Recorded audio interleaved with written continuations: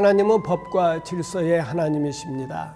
하나님은 이스라엘 백성을 선민으로 택하시고 그들을 사랑하셔서 율법을 주셨습니다. 그런데 유대인들은 그들이 목숨처럼 소중하게 여겼던 율법을 예수께서 여러 차례 파괴했다고 생각했습니다. 그래서 예수님을 십자가에 못 박아 죽이기까지 했습니다. 예수님 당시의 유대인들은 율법이란 말을 네 가지 면에서 사용했습니다.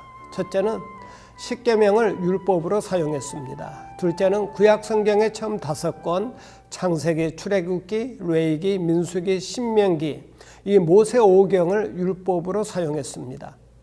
셋째로 구약 성경 전체를 이야기할 때 율법과 예언이란 말을 사용했습니다. 넷째로 당시 율법학자들인 서기관들이 만든 규례와 규칙들을 율법으로 사용했습니다. 이 서기관들이 만든 규칙들은 기원 후 3세기 중엽에 율법으로 성문화되었고 이것을 미슈나라고 불렀습니다. 유대인 학자들이 이 미슈나에 대한 설명서를 만들었는데 이것이 유대인들이 그렇게 자랑하는 탈무드입니다. 그러면 그 당시의 서기관들이 무슨 율법을 만들었을까요? 구약 성경에는 율법의 대원칙만 있고 규례나 규칙에 대해서는 거의 기록되어 있지 않습니다. 그래서 율법학자들인 서기관은 이런 대원칙만으로는 충분하지 못하기 때문에 율법으로부터 수천 개의 규례와 규칙들을 만들었습니다. 이것은 유대인들의 생활에서 잘 보여주고 있습니다. 율법은 안식일을 거룩하게 지키고 그날에는 아무 이런 일도 하지 말라고 규정했습니다. 이것은 대원칙입니다. 그런데 유대 율법주의자들은 안식일에 일을 하는 것이 무엇인지 구체적으로 규례를 만들지 않고는 견딜 수 없는 사람들이었습니다. 그래서 노동이 무엇인지에 대해 정의를 내리고 모든 종류의 일을 노동으로 정했습니다. 예를 들면 안식일에 짐을 운반하는 것은 노동하는 것이다. 그러면 무엇이 짐인가에 대해서 서기관들이 이렇게 정의를 내렸습니다.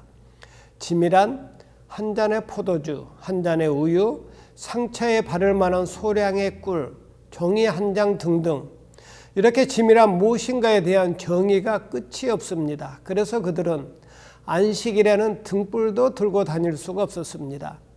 안식일에 글을 쓰는 것도 노동이었습니다. 안식일에 병을 고치는 것도 노동이었습니다. 그러나 생명의 위험이 있을 때는 치료가 허락되었습니다. 예수님 당시에 엄격한 유대인들에게는 서기관들이 만든 수천 개의 규례와 규칙들을 지키는 것이 바로 하나님을 섬기는 것이었습니다.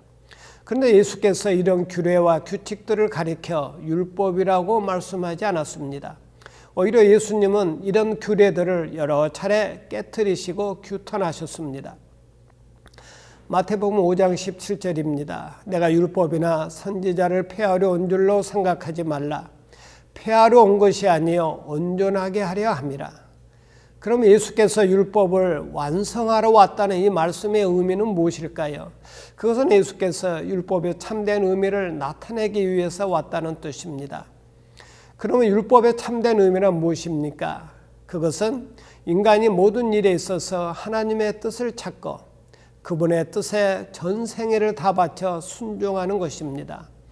그런데 서기관들은 하나님이 정해주신 대원칙 아래서 하나님의 뜻을 찾고 그 뜻에 순종하기 위해서 자신들의 전 생애를 바친 것은 옳은 일이었지만 그러나 그들이 만든 수천 개의 규칙에서 하나님의 뜻을 찾으려고 했던 것은 잘못이었습니다.